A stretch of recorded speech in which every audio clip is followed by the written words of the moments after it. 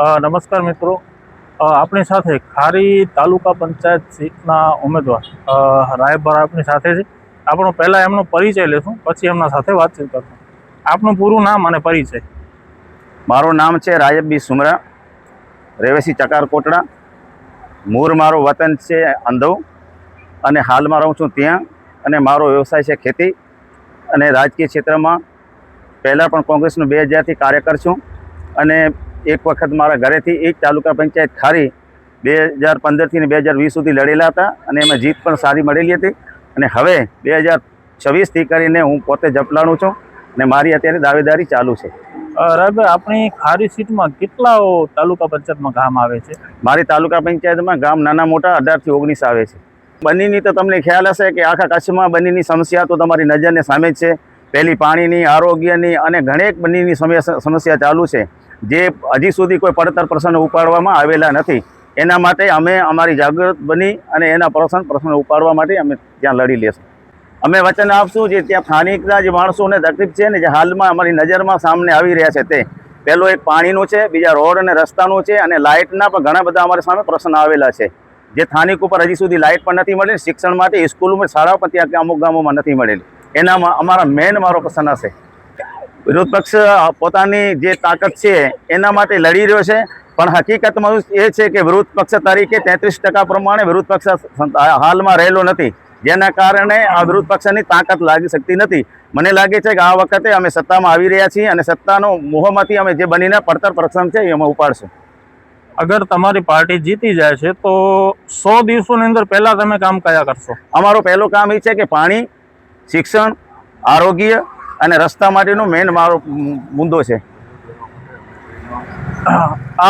આપના પક્ષને મજબૂત બનાવવા માટે કયા કાર્યો કરશો? અમારા પક્ષને મજબૂત બનાવવા માટે જે પ્રજાના નીચેના પડેલા સ્થાનિકના જે કાર્ય છે એને અમે મજબૂત બનાવવા માટે અને એક ગામમાંથી અમારો અવાજ બની ઉઠે એવા કાર્યકર બનાવશું.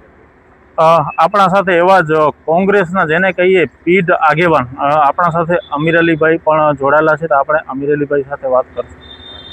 અમે છેલ્લા 3 દિવસથી પાવરપટ્ટીમાં, બની પશ્ચિમમાં અને ભુજ નગરપાલિકા વિસ્તારમાં એકદમ જોશથી સારામાં સારા કાર્યકરો સાથે પ્રચાર અને પ્રસાર કરેલ છે અને દરેક જગ્યાએ અમને ઉમંગથી આવકારવામાં આવેલા છે. આ વખતે જોશું તો 100% કોંગ્રેસને સફળતા મળે એવી શક્યતા છે. શા માટે? જે માટે ઉમેદવારો ઊભા છે એ તમામ ઉમેદવારો અડીખમ છે અને તાકાતવાળા છે અને લગભગ તો 50% તો ભણેલા ગણેલા છે, વકીલો પણ છે એની અંદર અને ઉદ્યોગપતિ પણ છે.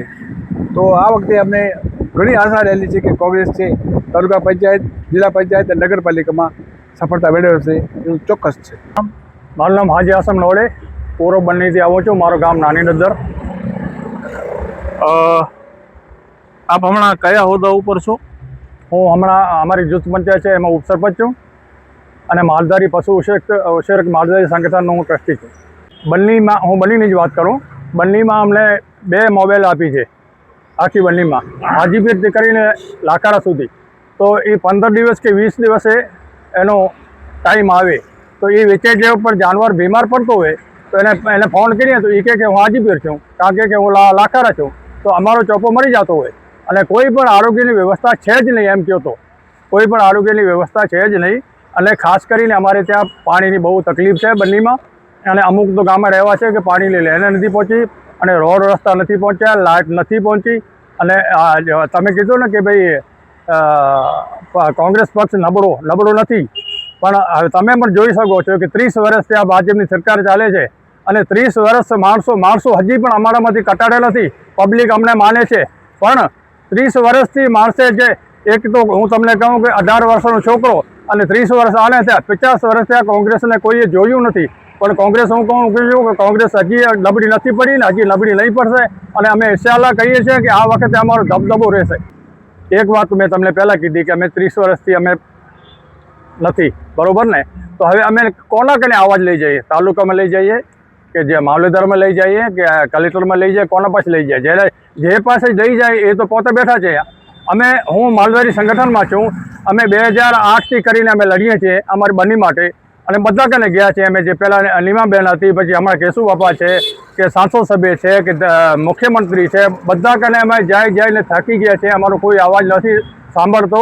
એટલા માટે અમે હવે લીકી કરી છે, બન્નીવાળાને લીકી કર્યું છે કે આપણો જ માણસ આવે એ જ આપણો અવાજ આગળ પહોંચાડે. એના માટે આપનો શું પ્રયત્નો રહેશે? પ્રશ્નો એ રહેશે કે અમારા જો કેન્ડિડેટ છે એ અમારે જો જીતીને આવશે અને એ અમારી અવાજ લઈને આગળ પહોંચાડશે.